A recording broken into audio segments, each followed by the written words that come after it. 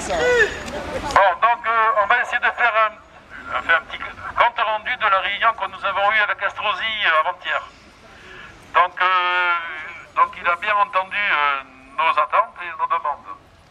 Donc ce qu'il nous a dit, c'est qu'il était prêt à trouver un accord avant début juillet pour garantir les emplois des 500 salariés avec NCA, donc NCA, Veolia et les partenaires sociaux. Donc il nous a aussi affirmé qu'il avait la volonté de créer une régie et qu'il avait donc il avait besoin donc des salariés pour créer cette régie.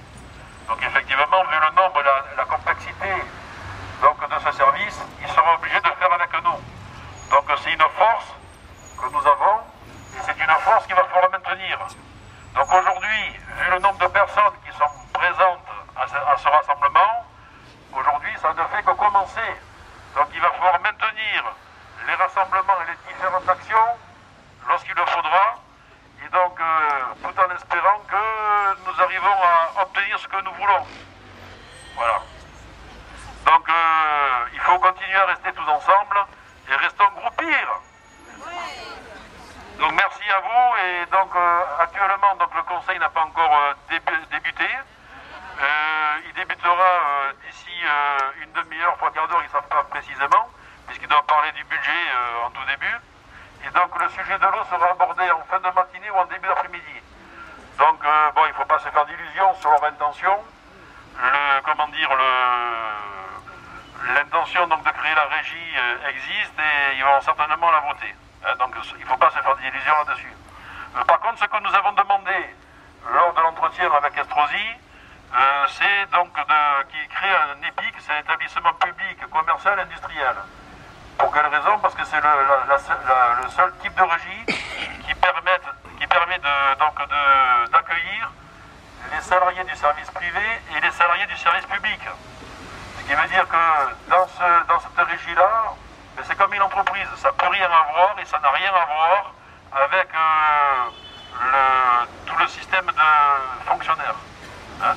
Donc ça veut dire que dedans, ils peuvent y mettre notre statut, ils peuvent y mettre toutes les garanties que nous avons en termes de santé, de prévoyance, ils peuvent y mettre aussi tout ce que nous avons au niveau des activités sociales et culturelles. Donc c'est la négociation et le fait que nous soyons tous ensemble qui va permettre que les salariés qui seront accueillis dans cette régie puissent être accueillis dans de très bonnes conditions. Et l'intérêt, je vous rappelle donc de ce premier rassemblement, c'est que les salariés qui vont quitter l'entreprise, ça va être difficile pour eux, mais si c'est bien négocié, il ne devrait pas y avoir de problème. Et donc l'intérêt, c'est que les salariés qui vont rester, c'est qu'ils aient un avenir qui soit assuré aussi. C'est pour cette raison qu'aujourd'hui, quand on regarde les personnes qui sont des différents services et différents sites, tous les sites des Alpes-Maritimes, tous les services sont représentés. Donc c'est une grande force, et donc cette force, il faut la maintenir et l'utiliser quand on aura besoin. Voilà. Donc messieurs, dames, à la prochaine.